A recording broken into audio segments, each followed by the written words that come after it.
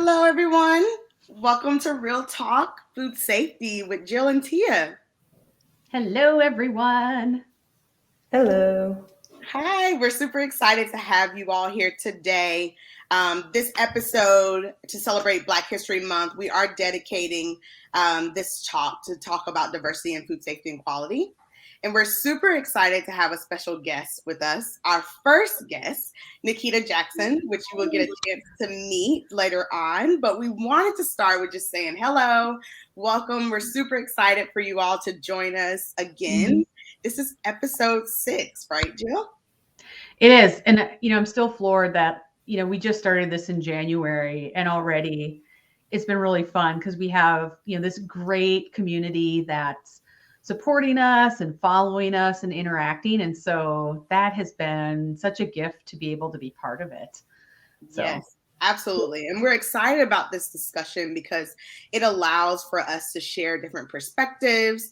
And we know being in food safety and quality, a big piece is trying to understand how to communicate with other people, with people that may not understand food safety and quality. And so adding the cultural piece to it can sometimes make it difficult or can help us, right, when we have those type of conversations. So we're excited to have this conversation today. We're excited about our guest being here, which I know well. So I'm excited for her. And so before we get started, I want to say, we look forward to hearing your experience and your thoughts as well.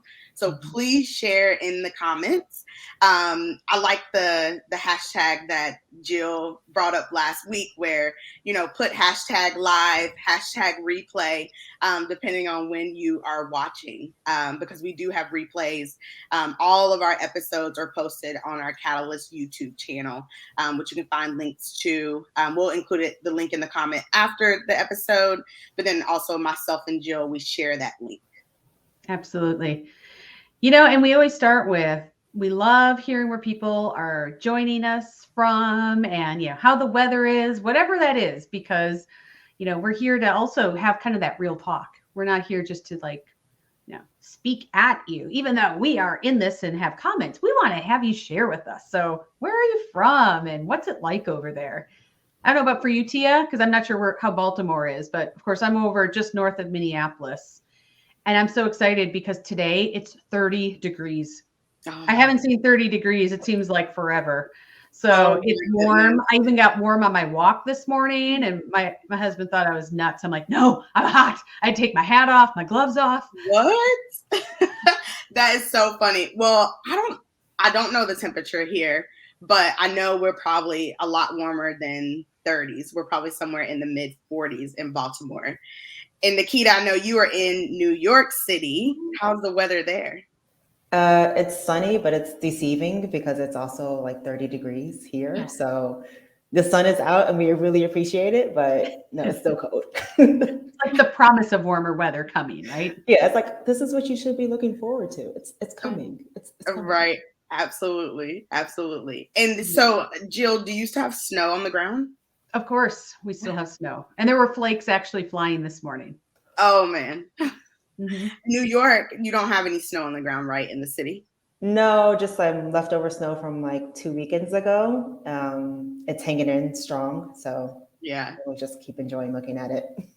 Well, for people that don't know, my husband and I, who is listening to us from Hunt Valley, Maryland, which is literally like 45 minutes from the house, 35 minutes from the house. So he's been out, so it's cold here. But we used to live in New York City, so I miss the city and I have to live through Nikita to be in the city. I will gladly send you all the cold wind, all of it. I don't want that one. We're just going to stick with the sunshine part, right? Right, exactly. Well, and Robert's reporting that it is sunny over in Milford, Pennsylvania. So thanks for joining us, Robert, because now we're all going to have a little bit of sun envy, I think. Absolutely. Absolutely. Yes. Welcome. Welcome. Yes, welcome. Well, and, it's great to see Theo and Robert here and whomever else is out there. And if you're new and you're kind of wondering who we are, we like to look at ourselves as the go-to team. We're the duo to talk about food safety, leadership, and culture. And really, our business is around how do we help build sustainable food safety cultures, not just programs. That's because we've been there, we have walked in those shoes. But we fully believe that the changes that you want to see start with you. Like they have to start somewhere. And as the food safety quality leader within an organization, you get to have a substantial influence on how food safety culture happens. And each week on this LinkedIn Live, we want to have real talk about the things that we encounter, the things that we've seen, the things we need to have broader perspectives on so that we can really thrive in our roles and really this community that we have. So we're so excited to have you join us. Yes, we are. Like Jill said, we're big on food safety culture, and a piece of that is making sure that your leadership team have strong technical and people skills to lead and to change a culture. So we're super excited to be here each week on LinkedIn Live on Wednesdays at noon Eastern. And that's what we do. We talk about real things that are happening in food safety and quality. Yeah. And today we really are. We are so excited to have Nikita join us on Real Talk Food Safety. Because once again, part of this is about like having the real talk and what are some new perspectives we need to have.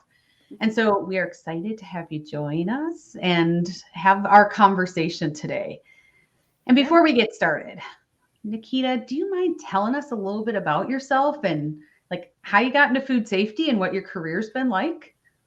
Sure. Hello, everyone. Thanks. I'm a huge fan of the show, first and foremost. I have watched every single episode. I take time in my calendar to watch. So my career in food safety and quality pretty much started in college. I graduated from Ohio State. I'm a Buckeye with a degree in food science and technology. And, in college, you had to have internships, co-ops. So my internships and co-ops were in food manufacturing plants, mostly on the operations excellence side, a little bit of R&D work. And then once I got into the real world, I got my career job. It was in food safety and quality. It was implementing BRC. I think it was edition 7 at the time. That was like my first real responsibility in food safety and quality. And that's where I learned like, oh, this is great. I love this. I was telling T earlier, like my tagline is, it's the law. And that's kind of like where that came from. It's like, it's the law. We have to do this. So I've worked in various industries from food packaging, dairy, corn-based snack food products like tortilla chips, popcorn, fresh refrigerated foods, so potato salad, soup, bakery, and now I'm in food service, working for Milk Bar as a food safety and quality manager. So eating all the cakes and cookies that I probably should not be eating, but it's for food safety. Yes, and they are very delicious. So we are excited about having you here. You talked about doing internships and co-ops in the food industry.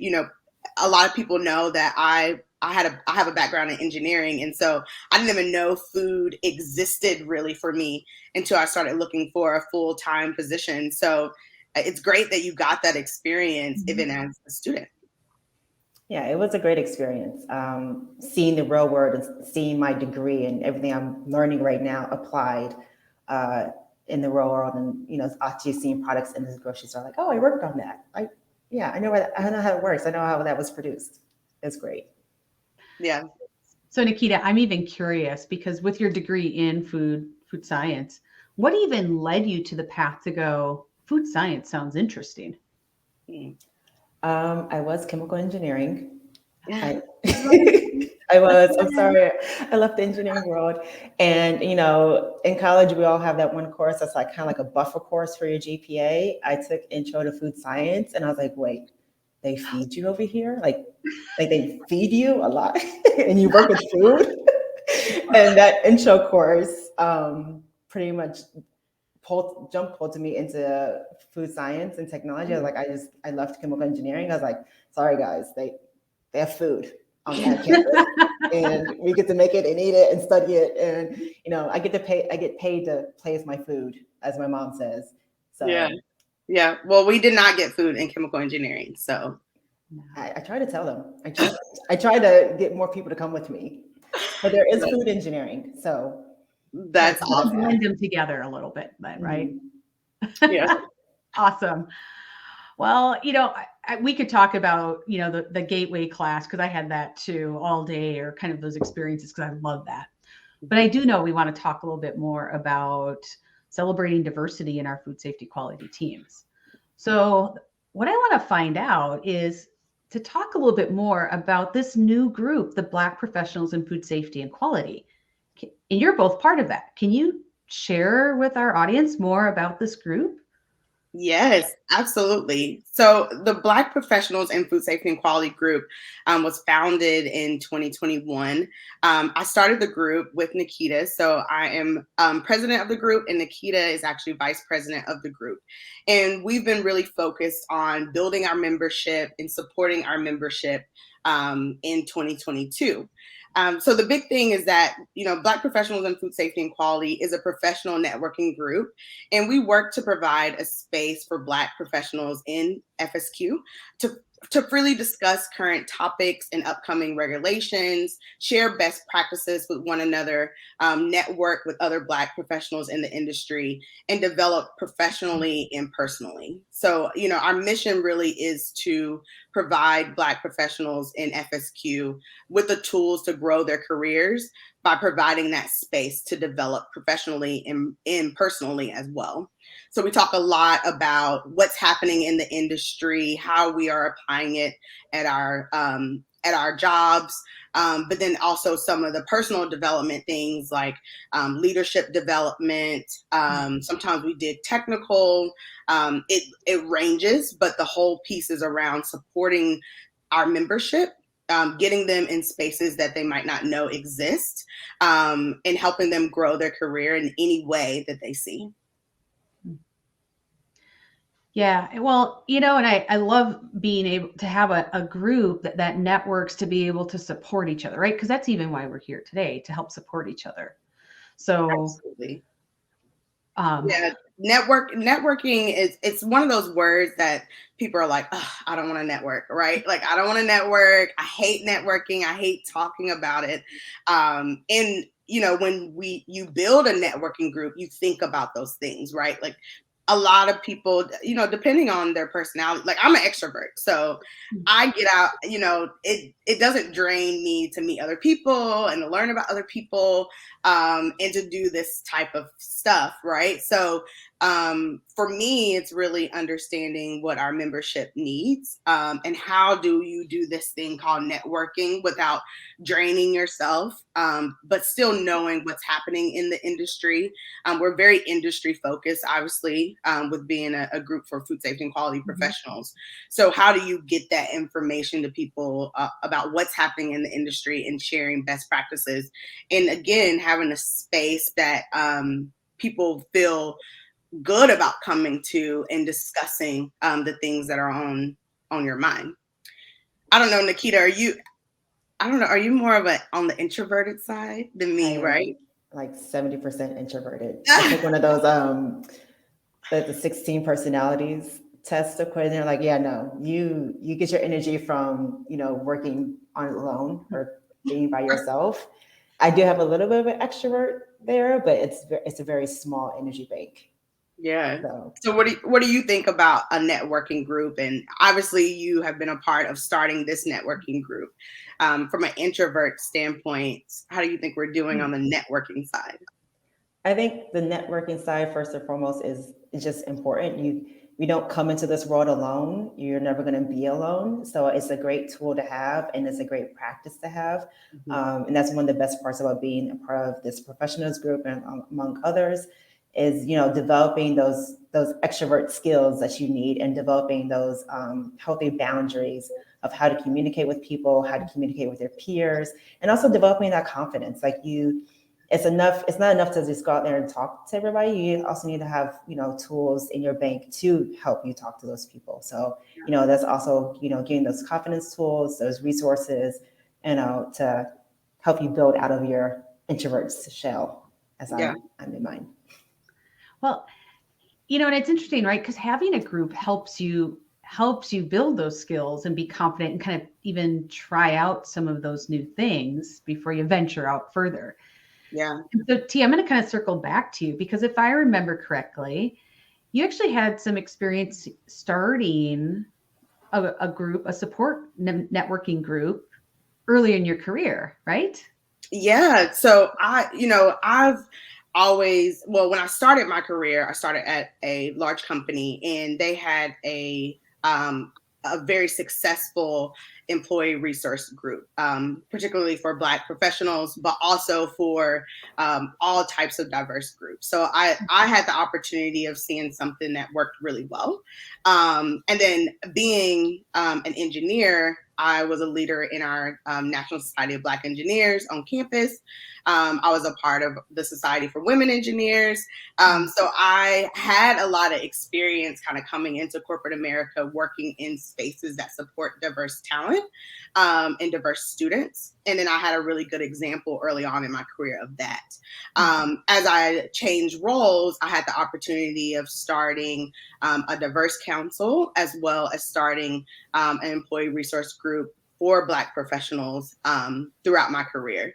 So, this is a passion of mine. So for people I know that's listening and they know me, that this is a passion of mine to help develop particularly Black talent and help give them and help mentor them with the right skill set. Some of the things that Nikita's talking about, where it's like giving them the tools or connecting them with people that have the tools to get to where they want to go in their career. Which I think is so awesome. And I love when you talk about the passion, because of course, I mean, I see that come through every day in things that you do, but I love how you also, not only do you have the passion, but also you're like, I'm going to take the next step and I'm going to create this group so that we can include others to be able to be part of this and have these experiences. Because that's really that next step. Absolutely. And I know Nikita, she's probably heard the same thing where when we first started the group and had our kickoff, there's so many people that's like, yes, I've been wanting a group like this. I've been wanting the space to connect, right? It's really around connecting. And so, it made me think about like, I'm so glad that I started it because there's so many people that support it. There's so many people that wanted it and needed it. So I'm happy, and I'm so happy that I was able to rope Nikita into being my partner on it. Because it is a lot of work, but it's so rewarding, especially when you have that passion. And I find it really interesting because, right, when we talk about diversity, I think logically a lot of people go, well, yeah, diversity is so important. And I think the other part is then when we talk about like, well, what does that really mean? And how does that look? And how do we help move and improve how we're looking at diversity and including diversity? Yeah. And when we specifically look at even food safety and quality, from your perspectives, can you tell us more about like kind of how you see that and how it plays out? Yeah, Sure. Nikita, you want to take a Yeah, sure. So coming up in food safety and quality, food manufacturing, I've always been met with a female in the lead of food safety and quality, and then the rest of the team is usually males. That's the first thing I noticed when I came into food manufacturing, and then from there, as society evolved and social movements evolved, they're like, oh, okay, well, how many people look like me are in these leadership roles? And I started to see like even less and less people. I mean, at one point I was the only one at a company that I was working at. And I was like, yeah, I don't feel the most comfortable being myself, not because I'm the only female on the team, but also because I'm the only Black female on the team. So from there, I just started judging my job opportunities a little bit more closely. I started guarding those opportunities because, if we say we have a 40-hour work week, when it comes to food safety and quality, it's not really a 40-hour work week. You're spending a lot more time in these environments. And if you're working in an environment that you don't feel comfortable in, you're not going to be able to perform your best because, you're kind of strangled by, like, I have to conform to, this type of talk or this type of look or act a certain way. because of those pressures and those social norms that are like just impeding on your thought process. So yeah, it's been great working at Milk Bar because the team is more diverse. That's something I really appreciate here. And being able to have this experience has really let me know like what I really need in my next job opportunity, if that comes along. And then just how I should go about promoting those environments within my own job workforce. Yeah. I love when you talk about, Nikita, just around you taking a look at who's in the room with you, and then taking a look at your leadership team, and even beyond your leadership team, right? If you have multiple layers, and then your feelings around that. I think when we think about, changing a culture, right? Like even changing food safety and quality culture, it's important what our teams are thinking, right? Mm-hmm. And if they are sitting in a room and the room is not diverse and they're feeling, oh, I really can't be myself or share my opinion, or behave the way I normally would in situations, that's already a barrier to creating the type of culture that we want. Even to think about, like, even outside of people culture, but even food safety culture, if people feel like they can't communicate, then we have a problem, right? Like we can't change a food safety culture or any culture if our teammates feel like they can't communicate. Yeah, I love how you both bring up the importance of how do we create a space where everyone gets to bring their whole self, to feel comfortable, to do their best work, to interact and collaborate the best that we can. And so often, well, I shouldn't say so often, but I'm not sure that's always top of mind when we start doing work. Like, have we created this space that really allows for that? And so I love having this pause to go, are we actually doing that? Yeah. Are we intentionally doing it, or is it something we think will just happen naturally, or just if it's okay for us, but is it okay for everybody? Yeah. And being really intentional about that. Yeah. And, Jill, you and I, we love the word intentional, right? Like we want intentional leaders. It's the same thing with diversity in the workplace. You want to be intentional about it. You have to be intentional about it. You have to have intentional conversations with your diverse staff. You have to have intentional conversations with all your staff to understand how they communicate, understand what those differences are. And then really it fosters the type of growth that you want to see, both from a personal standpoint, but then also from a professional standpoint. Well, and I think about, and I'd love to hear what you see, Nikita and Tia, your perspective. But like even with the Black professionals group, like how is that helping people? How is that helping us move forward in these areas? And how does it help us kind of move some of these things that have been in the way so that we can move forward and create spaces that are much more inclusive and open for people to really bring their whole self? Yeah. So I'll start with talking a little bit about statistics, right? So this is the engineer in me. So bear We'd with expect me. nothing less. Right. And Numbers. we love our data, right? And this is one of the reasons why I wanted to start the group. A lot of companies talk about diversity or Black talent, but we hear, oh, there's a lack of Black talent, right?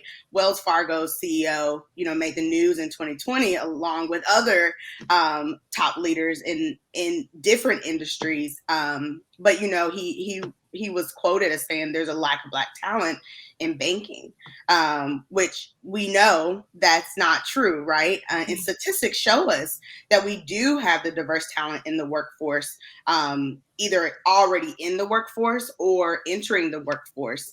But that talent is just not getting promoted into managerial positions and above.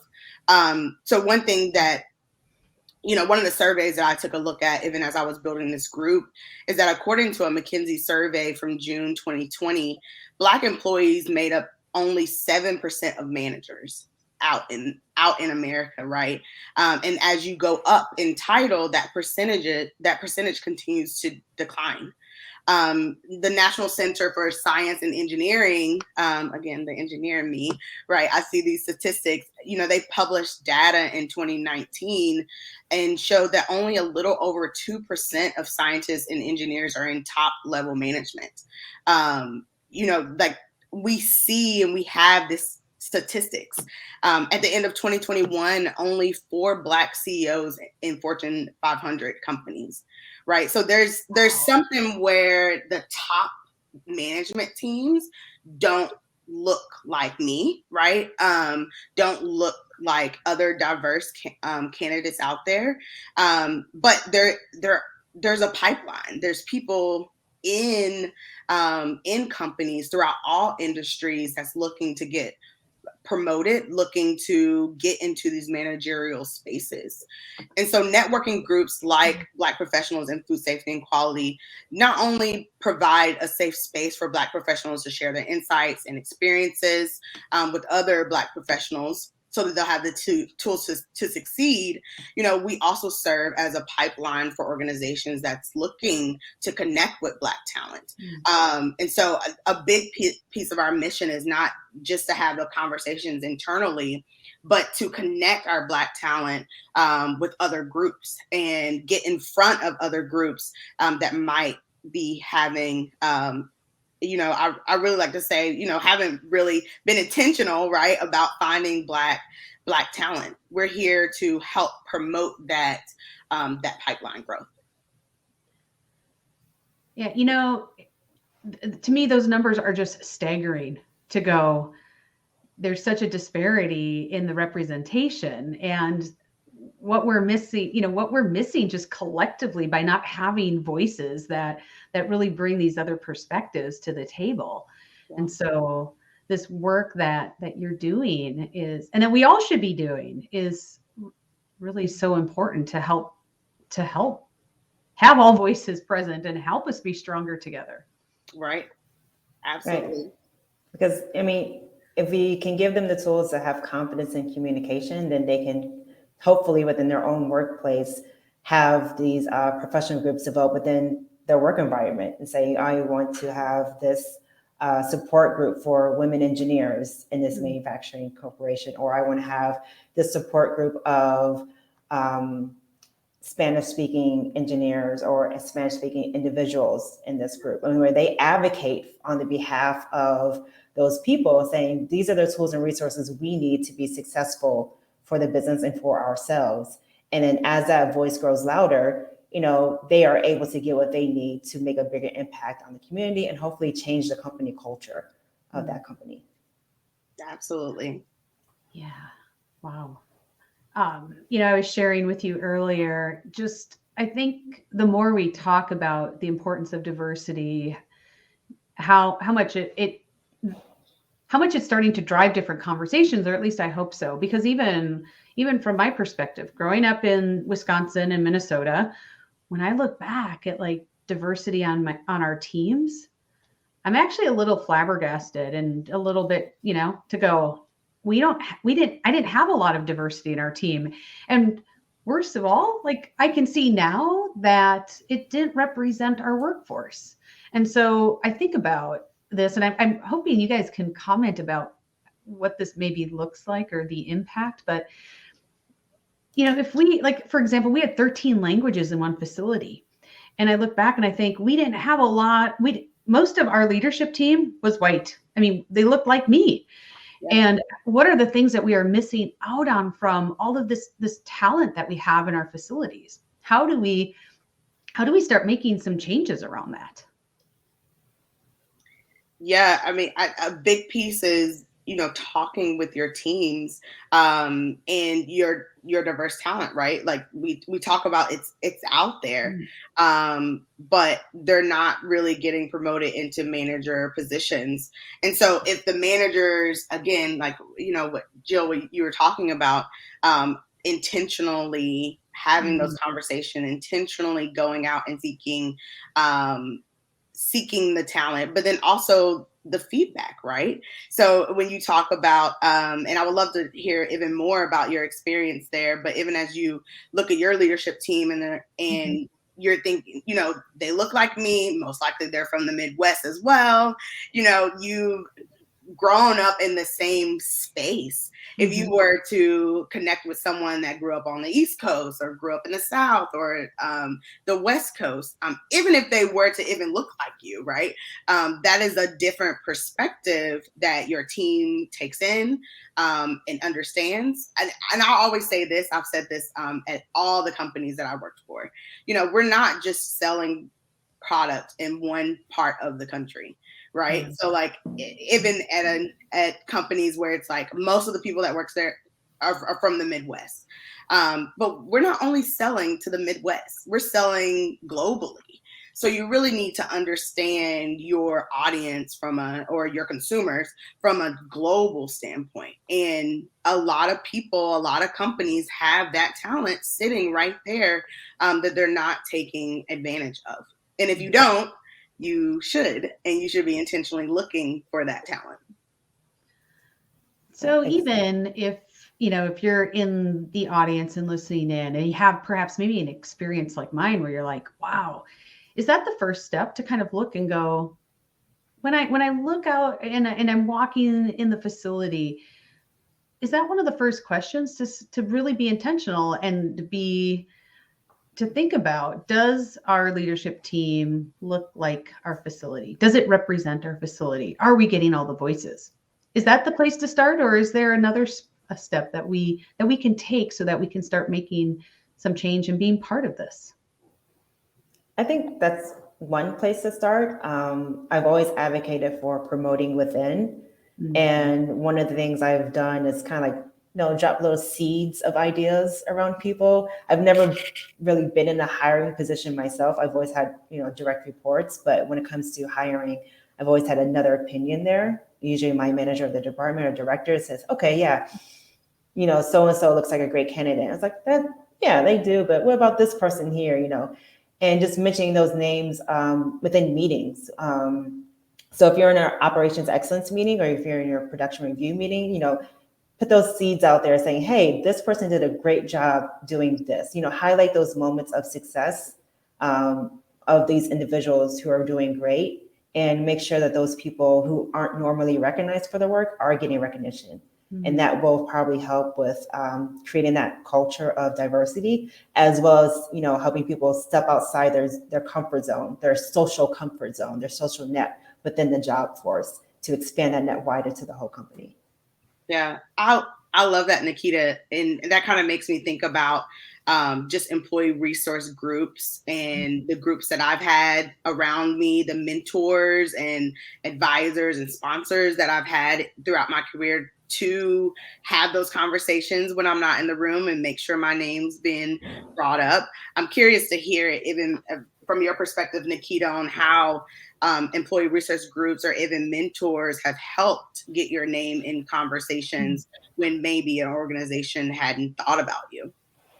My manager has always been my advocate. They broadcast my name to within the organization or externally. So I've been very grateful to those people, and I've been blessed to have those people mention me in that name in that way. And then I've just taken notes from them and applied it to myself and people who I can affect. So if we're in the 8:30 production meeting reviewing yesterday's statistics and notes and everything, where I'm saying, Melita did a great job here. She went over here and she recognized that they were about to load this allergen here that is not on the schedule. Or if we're in the hiring process and I had the chance to interview somebody, I'm like, yeah, this person is great and they're qualified for the job. However, we have somebody internally who knows our process, knows our system, who speaks the languages that is necessary to communicate effectively with our team. Let's bring them on board. Let's do a trial period. We don't have to hire them full out, but give them the opportunity to at least show their skills and showcase what they can do. Yeah. And I think that this piece is really important in the sense of thinking about like mentors and people who are shouting your name out even when you're not there. We know that people, if you're not intentional, people mentor people that are like them. So they have similar backgrounds, they look like them, they remind you of yourself, right? And that's what kind of pulls the two people or even a group together. So if you're not intentional about also making sure that you mentor and advocate for people that don't look like you, then just human nature, you'll find yourself not doing that. So if your whole leadership team don't look like me, right? If they're just being human, then they might not shout my name out at all because I might not be one of their mentors, or they might not think about me being someone that that is similar to them, just the way the human mind kind of works. So again, I think it goes back to being intentional about who you're mentoring, being intentional about whose name you're shouting out, and being intentional about who makes up your leadership team, as well as your workforce. Nikita, I love the part that you brought in too about the influence that we can have. So if we're uncertain of where to start, right, even being able to step into that influential leader role to say, you know, to be the supporter and to make sure that we're being intentional to say, you know, what about this person that maybe we've not recognized or that we've overlooked, and that provides all this wonderful perspective and insight that we haven't considered. And so I think sometimes we forget that we do have that influence to be able to have those conversations as well. And it needs to be intentional as well. Yep. And it works both ways. If you see that person, you know, of an opportunity coming up, let them know, like, hey, this job opportunity is coming up. I selfishly don't want to let you leave, you know, my plant, but you know, this other plant, I know you'll do great things at. And you know, that's another way to look at it too. Mm-hmm. It is, because at the end of the day, right, we want everyone to just be able to shine in what they do and what they love to do. But it's also about having awareness and making sure those opportunities are available. Mm-hmm. And that's what the Black Professionals in Food Safety and Quality Networking Group really is looking to do for our members, is give them those tools to have those conversations even. Because, you know, even some of the things that Nikita is talking about in the conversation that she's had with her managers in what she has decided to do for other people, really around that influence piece, you know, it takes tools to be able to do that and know that you have the permission and you have the confidence to be able to have that conversation with other leaders that might not be aware of those things, right? So, you know, we talk about those type of things on how to have that confidence, how to have that conversation with members of your leadership team, but then also how to influence yourself. People that you know would be great for a position, but you need to be the one to speak up for them. Yeah. Well, and T, I like how you brought in before too, kind of our human nature, right? We gravitate towards people and things that look like us. Mm-hmm. So we do need to be intentional. So if we're in a company or we're in a role where we recognize this and we want to start looking for diverse talent to broaden the perspectives that we have, what advice would you give people to start that process and to lean into that more? Yeah. My number one advice is to step outside of your normal networking groups, because like that human nature, a lot of people, and I would be curious too, just from an audience standpoint who's listening, you know, think about who you hang out with most of the time, who's in your networking circle of people. Do those people look like you? Do they have very similar values and perspectives? And how do you get a different perspective? You know, do you get a different perspective, or do you spend the majority of your time with people who think like you, who go to the same stores, who dress similarly to you? If that's the case, you need to be intentional about stepping outside of that space so you can meet other people who have a different background, who do not look like you, who has a different perspective. You know, when I think about even, the Wells Fargo CEO saying, there's a lack of Black talent in banking. He probably doesn't see any Black talent in banking, because most likely he's hanging out with a group of people that look like him. I mean, when you look at the statistics of, at the end of last year, there's only 4 Black CEOs in the Fortune 500 company group, then even if he's hanging out with just CEOs, he's not seeing a lot of Black talent. So him, as well as other leaders, have to push outside of their normal circles and connect with people that are different from them. Yeah, it could be something as simple as, hey, let's go grab lunch and see how our 2 teams can, work closely together. We're both have these initiatives for our performance reviews. Let's discuss how we can come together on those. Yeah, absolutely. Connecting with, people that you already have in your company, right? Theo kind of brought up too, like Nikita making a really good point on, like, it could be as simple as assistance in speaking the corporate language, which is not often taught or practiced. Taking that, again, being intentional and saying, hey, I want to learn a little bit more about you. I see that you even may be different than what we typically have here from a cultural standpoint. I want to learn from you. Or even asking the question, do you feel like you fit into the culture? What gaps do we have here at an organization that we're not hiring more Black or diverse talent? Having those conversations with your staff is, I would also say, is extremely important. Yeah, we have to recognize the discomfort that might come with it, but at the end of the day, that discomfort will become comfortable. I mean, it's only discomfort because you don't know. And the only way to break down the barrier of I don't know is to just go out there and learn about it, and to invite those people into your world so you can learn more. Yeah. Absolutely. And I think that's a great point, because we can leave it over here and be like, well, I don't know, and I leave it here.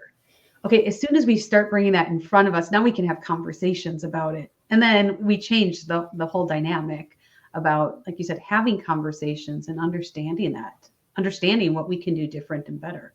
Yeah, absolutely. Mm-hmm. And then I always like to say, connect with the Black professionals in food safety and quality group.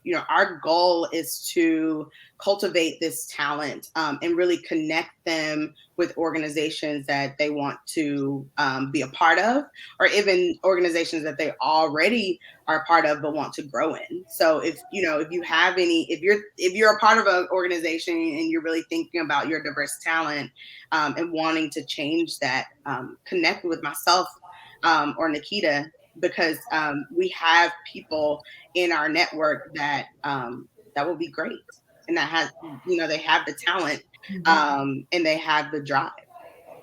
Yeah. And we have the tools. Well, and I think that's a great way to look at it as well. Another avenue, because, even to approach, let's say, like our HR function, to ask about, like, how are we looking at creating a more diverse workforce and leadership team, to be able to say, if you're uncertain, or how do we do this, like, there are groups like the Black professionals group that we can say, guess what, here's a place where we can connect so that we can really explore this and help move forward with new perspectives. So absolutely. I think it's one of those things that, as we talk about this more, and even today, I think about the ownership that we can all have. And I look back and I think, oh, the things that I could have done different, which I always think is good, because that's good to see, so that I know going forward, I can do things different. Right. And I just love being able to learn more about how to be an active supporter and driver of having broader perspectives. Mm-hmm. Absolutely. Yeah, I love that. And I have to call out Michael Wood. He's in the audience. Thank you for joining us. He has been such a great advocate for the group as well. I'm trying to onboard him as one of our advisors. So he has been absolutely great. He's a great mentor to many people in the industry. And we have great supporters around us. So, connecting with us, and again, I go back to being intentional about having those conversations. I love, Jill, that you brought up like connecting with HR and asking those questions, right? Not just as me as a Black female or Nikita as a Black female, but even you as as a white female saying, hey, what are we doing around diversity? I look around and everyone looks like me. What are we doing to help diversify our talent and bring in a different perspective? Yeah, no, I think that's really important that we each see that we have an ownership in the changes that we want to see and how we approach that.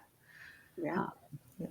So Nikita, I'm curious, from our kind of our conversation today, what are kind of your top takeaways or message that you'd like the audience to walk away with? Top ones for me would be first to see your own behavior and see how you can modify that to include the discomfort of inclusion. So, taking those small initial steps for yourself to be like, you know what, I don't really know so-and-so that well. I'm going to go talk to them. Say good morning. How was their day? How was the weekend? Then next, to highlight people who are doing great at your workplace. They're making a real great change. They're really contributing to their work environment. Highlighting those people, whether it's in your quarterly reviews. As food safety quality professionals, we all have those monthly and quarterly reviews that we do with the team. That's a great spot to highlight, personnel, give them their kudos and their flowers. And then thirdly and lastly, advocating for those diverse programs within your workspace, whether it's a diversity group or something as simple as like a language group. We'll have Spanish speaking people here. Let's, take the initiative to try and learn Spanish. I have like a club where we all learn Spanish or something like that. Yeah. Yeah, that's wonderful. Those are great takeaways. Tia, how about you? What would be the message or your takeaways for the audience? I love the ones that Nikita brought up. I will wholeheartedly agree with that. One thing that I would add is to step outside of your group. Push yourself outside of your comfort zone, making sure that you check your bias. If you are hiring for culture, is there an inherent bias there where you are excluding some people that would be great for your culture, right? And helping your culture get better. So those will be the ones. And then I would say reach out to us, right? We share every week, hello@foodsafetycatalyst.com. Send us an email and connect with myself or Nikita. And if you are looking to get more diverse talent, we're happy to have these conversations. If you have diverse talent that's looking for even a networking group, right? Like we're here to help provide that space. Yeah. And that's wonderful because I think, like we talked about, right, we're all looking for like, how can we network? How can we grow our community? How do we make sure we're including more perspectives? And, I love that we have this conversation and that, Nikita, you're here today with us to be able to have more discussion and have these great tips on what can we do to really step into the ownership. And it doesn't always mean it's, trying to wave the big flag and make everything happen at once, but there are small steps we can take too every day. And so being intentional in how we do that can often be the first step. Yeah. And we believe culture change really starts with you, right? From a food safety culture, from a people culture, from a diverse culture, there really are small steps you personally can take to help move your culture forward. Absolutely. All right. So, I'm excited Nikita was here. Thank you for joining us. This was such a great conversation. Thank you for the invite. I really enjoyed it. Yes. Thank you.